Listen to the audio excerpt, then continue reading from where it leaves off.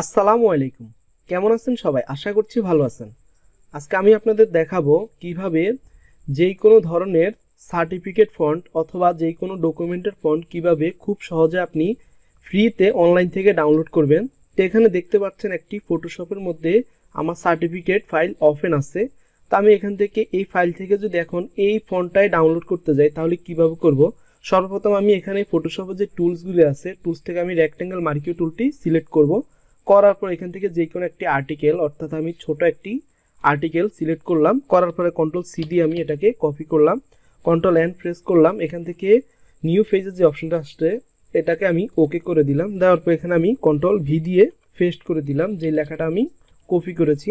তা আমি এটাকে কন্ট্রোল এল প্রেস করলে এখানে লেবেলের যে অপশনটা আসবে সেটা থেকে আমি লেখাটাকে একটু গ্লোসি করে অর্থাৎ কন্ট্রাস্ট ভালোভাবে আমি ওকে করে দিয়ে এখন ওকে করে দিলাম। এখন যে এই ফন্টটা এখানে আছে এটাকে আমি সেভ করব। কন্ট্রোল এস, ডেস্কটপ সিলেক্ট দিলাম। এখান থেকে আমি এই ফন্টটাকে জেপিজি ফাইলে ডেস্কটপে এখন সেভ দিব। তো আমি এটাকে সেভ করে দিলাম।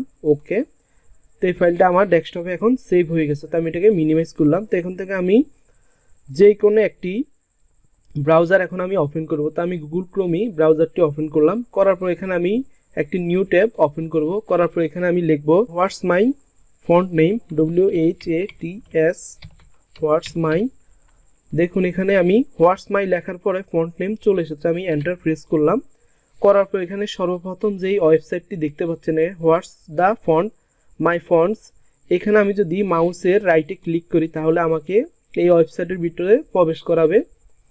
তো এখানে দেখতে পাচ্ছেন এটা একটা ওয়েবসাইট। তো এখান থেকে এখন আমি একটু অপেক্ষা করলে দেখুন এখানে আমার যে ইমেজ ফাইলটা আমি সেভ করেছি এটা ডাউনলোড বা আপলোড করার জন্য, অর্থাৎ এই ইমেজ ফাইলটা কোন ফন্ট সেটা এখানে শো করানোর জন্য আপলোড করব।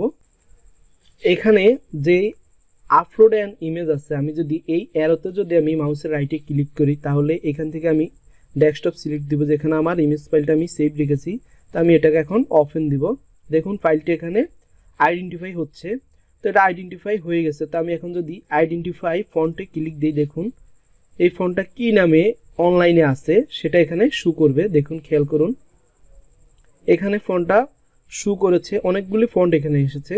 তো এখান থেকে আপনি এই ফন্টটা দেখুন একবার উপরে আমার এই জায়গায় ফন্টের যেই ক্যাটাগরি সেটা শো করেছে। তো আমি নিচে মিলাবো। দেখুন এখানে আমার এই ফন্টটার সাথে সুন্দরভাবে মিলে গেছে। তো আমি এই ফন্টটার নাম হচ্ছে ইংলিশ 301 বি বেস।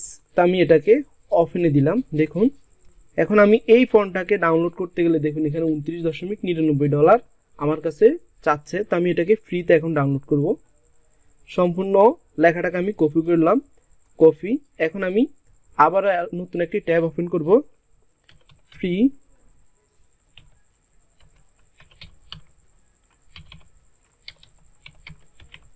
ডাউনলোড। এখন আমি এন্টার প্রেস করব।